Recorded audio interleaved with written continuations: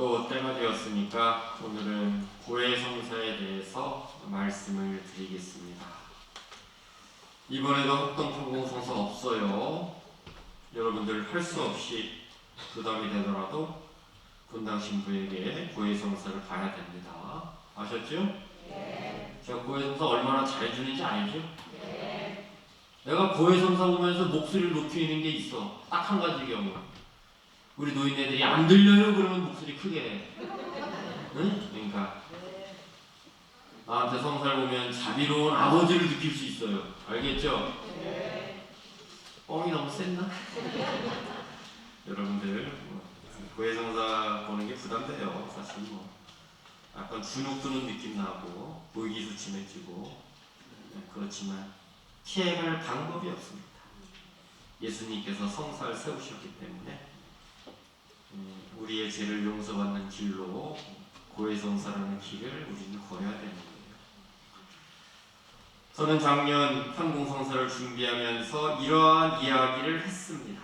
우리가 더 사랑하려고 하고 더 덕을 쌓으려고 한다면 자신의 잘못, 부족한 점이 보일 것입니다. 제가 왜 이런 말씀을 드렸을까요? 우리 신자들이 그렇게 생각하는 것 같아요. 고백할 게 없어. 그렇다고 나는 완벽한 인간이야라고 생각하는 아니지만 마땅히 말하려고 하면 할 말이 없는겨. 이거는 너무 사소한데? 그러니까 제가 그러한 성사를 드리면서 생각해 보니까 우리 신자들의 마음이 이해는 갔습니다. 사실 고백할 것이 별로 없다는 신자들의 말도 틀린 말이 아니에요. 그러나 한 번 더 생각해 보세요. 우리가 더 사랑하려고 하고 더 덕을 쌓으려고 하고 더 잘하려고 하면 자연스레 자신의 부족한 점이 발견되는 겁니다. 그러한 노력을 하지 않을 때 자기의 부족한 점은 발견되지 않아요. 우리가 더 잘하려고 할 때 오히려 우리의 작은 죄까지도 보이게 되는 겁니다. 그러한 부분을 고백하시면 되겠어요. 죄에 대해서 더 생각해 보겠습니다. 죄는 우선 윤리도덕적인 잘못이 있죠. 윤리도덕적인 잘못은 죄라는 생각이 확실히 들기 때문에 고해성사를 가야겠다는 생각을 합니다. 그러나 우리는 신자이기 때문에 교회법을 어긴 거에 대해서도 생각을 해봐야 돼요. 그런데 사실 교회법을 어긴 잘못에 대해서는 양심의 가책을 잘 느끼지 않게 됩니다. 그래서 이런 거 꼭 성사를 봐야 되나라는 생각을 하는 것 같아요. 옛날부터 신앙생활 하던 사람들은 이런 생각을 안 했는데 신앙생활을 오래 하지 않는 사람들은 우리 신자들은 교회법을 어긴 거에 대해서 성사를 봐야 된다는 개념이 없는 경우도 있더라고요. 그래서 오늘 이런 말씀을 드리는 거고 우리 신자들은 교회법을 어긴 것도 죄가 되기 때문에 그런 거를 성사를 봐야 된다라는 말씀을 드립니다. 첫 번째로 단식과 금욕이 있죠? 단식과 금욕은 이게 뭐냐면 자기 절제를 훈련하는 방법입니다. 그리고 자신의 욕망에만 충실하지 말라는 사실을 일깨워줘요. 그러니까 결국에 이것은 신자의 정체성을 다져주는 거예요. 제가 예전에 진천에 보좌 신부로 있을 때 우연히 이슬람교 신자랑 밥을 먹을 일이 있었어요. 그때 본당 신부님이 김은결 신부님이었는데 그 양반 때문에 어떻게 밥을 먹게 되었는데 그 사람들이 이 고기 안 먹는 거에 얼마나 철저하냐면 음식을 준비할 때 식재료에 돼지고기가 들어가 있으면 아예 식재료를 쓰질 않아요. 그 사람들은 아마 우리나라 라면 못 먹을 겁니다. 돼지고기 들어가 있기 때문에. 그래서 그 사람들은 자기들의 종교 규정에 맞는 음식을 구해다 먹더라고요. 이미 그 당시에 진천에는 그러한 마트가 있었던 것 같아요. 제가 그러한 사실을 목격을 하면서 야, 이슬람교는 역시 율법의 종교구나라는 것을 느낀 적이 있습니다.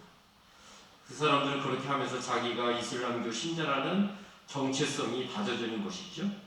단식과 금욕은 우리에게도 마찬가지 기능을 합니다.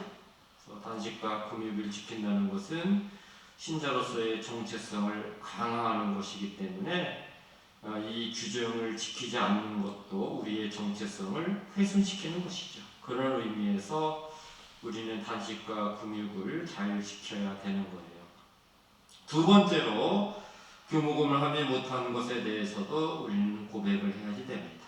교목음과 헌금은 예수님의 복음 사업에 협조하고 동참하는 방법이죠. 결국은 교회를 튼튼하게 만들어줍니다. 세 번째로 우리가 알고 있는 것처럼 주일의 의무를 소홀히 한 것도 고백해야 합니다. 신자의 정체성을 유지하고 교회를 튼튼히 하는 데 있어서 제일 중요한 겁니다. 그래서 우리가 주일의 의무를 우리 교회에서 강조하고 있는 것이죠. 결국 교회법을 소홀히 하게 되면 신자들의 신앙이 약해지고 교회도 약해지고 예수님의 지상 영역인 복음 선포도 위축받게 되는 겁니다. 때문에 이렇게 교회법을 어긴 잘못에 대해서도 당연히 우리는 성사를 봐야 되는 겁니다. 이번에는 특별히 고해성사 준비하면서 상처에 대해서 말씀을 드리고자 해요. 이 상처라는 것은 죄가 아니거든요. 그런데 죄와 비슷한 성격을 가지고 있습니다. 그러니까 죄를 지으면 일어나는 이 심리적인 현상과 상처를 받으면 일어나는 심리적인 현상이 비슷한 것 같아요. 죄를 짓게 되면 나는 이 정도밖에 되지 못하는 인간인가라고 스스로에게 한탄하듯이 물어봅니다. 마음의 상처도 죄와 비슷한 역할을 하죠. 이 상처는 죄도 아니고 더욱이 자신의 의지와도 관계가 없습니다. 그저 상처의 피해자일 뿐이죠. 어쩌면 상처가 죄보다도 우리를 더 괴롭히고 초라하게 만들고 존엄성을 훼손한다는 생각이 듭니다. 고해성사를 주다 보면 신자들이 상처 때문에 죄의식을 느끼면서 고통스러워한다는 것을 경험하게 됩니다. 김순영이라는 작가가 이런 고백을 했습니다. 온전히 행복할 수 없었던 이유는 내가 나를 있는 그대로 사랑하지 않기 때문입니다. 이 마음의 결핍을 치유하는데 몇 년이 흘렀습니다. 저를 있는 그대로 사랑해주는 남편을 만나는 것이 가장 큰 치유가 되었죠. 이 말에 죄와 같은 상처를 극복하기 위한 힌트가 있습니다. 자신을 있는 그대로 사랑하는 것. 죄와 상처가 아직 그대로 있지만 자신을 사랑하는 것이 행복과 평화의 길입니다. 우리는 하나님 앞에 자신의 잘못을 드러내놓고 이렇게 말해야 됩니다. 주님, 이게 저의 모습입니다. 이렇게 말하고 용서해 주시고 사랑해 주시는 하나님 앞에 자신을 있는 그대로 드러내야 하는 거예요. 그리고 하나님께서 사랑해 주시는 나를 스스로도 사랑하는 것입니다. 탕자의 비유, 자비로운 아버지의 비유는 이 사실을 잘 말해주죠. 작은 아들은 자신의 죄를 뉘우치고 거짓골로 아버지 앞에 왔는데 아버지는 좋은 옷을 입혀주고 가락지를 끼워주고 신을 신겨주고 살찐 송아지를 잡아 잔치를 벌입니다. 작은 아들은 자신이 사랑받는 아들이라는 것을 이러한 아버지의 행동을 통해서 확인받게 되죠. 그러니까 사랑받는다는 믿음이 용서받았다는 확신을 갖게 해준 거예요. 합리적으로 생각해봐도 자신을 있는 그대로 사랑하지 않으면 스스로를 사랑할 날은 영영 오지 않습니다. 자신을 미워할 이유가 수십 가지는 될 것이고 우리는 그것을 빠른 시일 내에 없앨 수 없기 때문이죠. 내가 스스로 싫어하는 이 모습이 없어져야 나는 나를 인정하고 사랑해 줄 거야 라고 생각을 하면 그런 날이 언제 올지 알 수가 없습니다. 저는 예전에 성찰하면서 하나님께 이러한 말씀을 드린 적이 있어요. 당신은 나의 모든 것을 알고 저를 사제로 불러주셨습니다. 하나님께서는 나의 좋은 점도 알고 있지만 저의 단점까지도 훤히 알고 계시죠. 그 그 모든 것을 알고 나를 사제로 불러주신 거예요. 그리고 이런 저를 지금 사제로 쓰고 계시죠. 네가 그럴 줄 몰랐다 라고 말씀을 하지 않으십니다. 이 묵상은 나에게 힘이 되었고 내가 나를 있는 그대로 사랑할 수 있게 해 주었습니다. 그리고 사제로 살아갈 힘을 주었죠. 또한 우리가 이미 사랑받고 있다는 것을 기억했으면 좋겠습니다. 여러분을 사랑하는 누군가가 있습니다. 사랑받는다는 것은 참으로 행복한 일이죠. 여러분은 이미 사랑받고 있습니다. 제가 사제성소를 고민하던 신학생 시절 이런 생각을 한 적이 있습니다.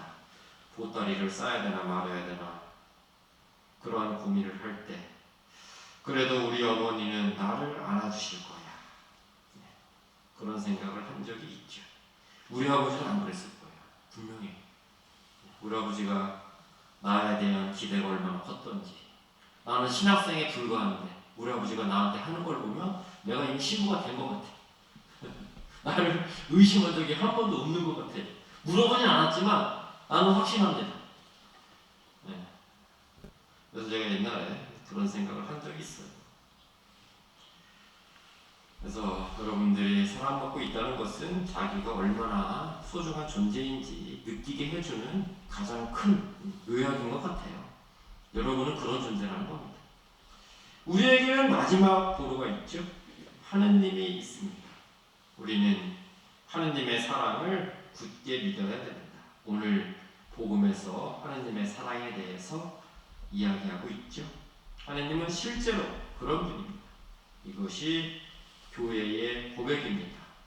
하느님께서 우리를 사랑하신다는 이 교회의 고백에 의지해서 우리도 같은 고백을 하면서 살아갔으면 좋겠습니다.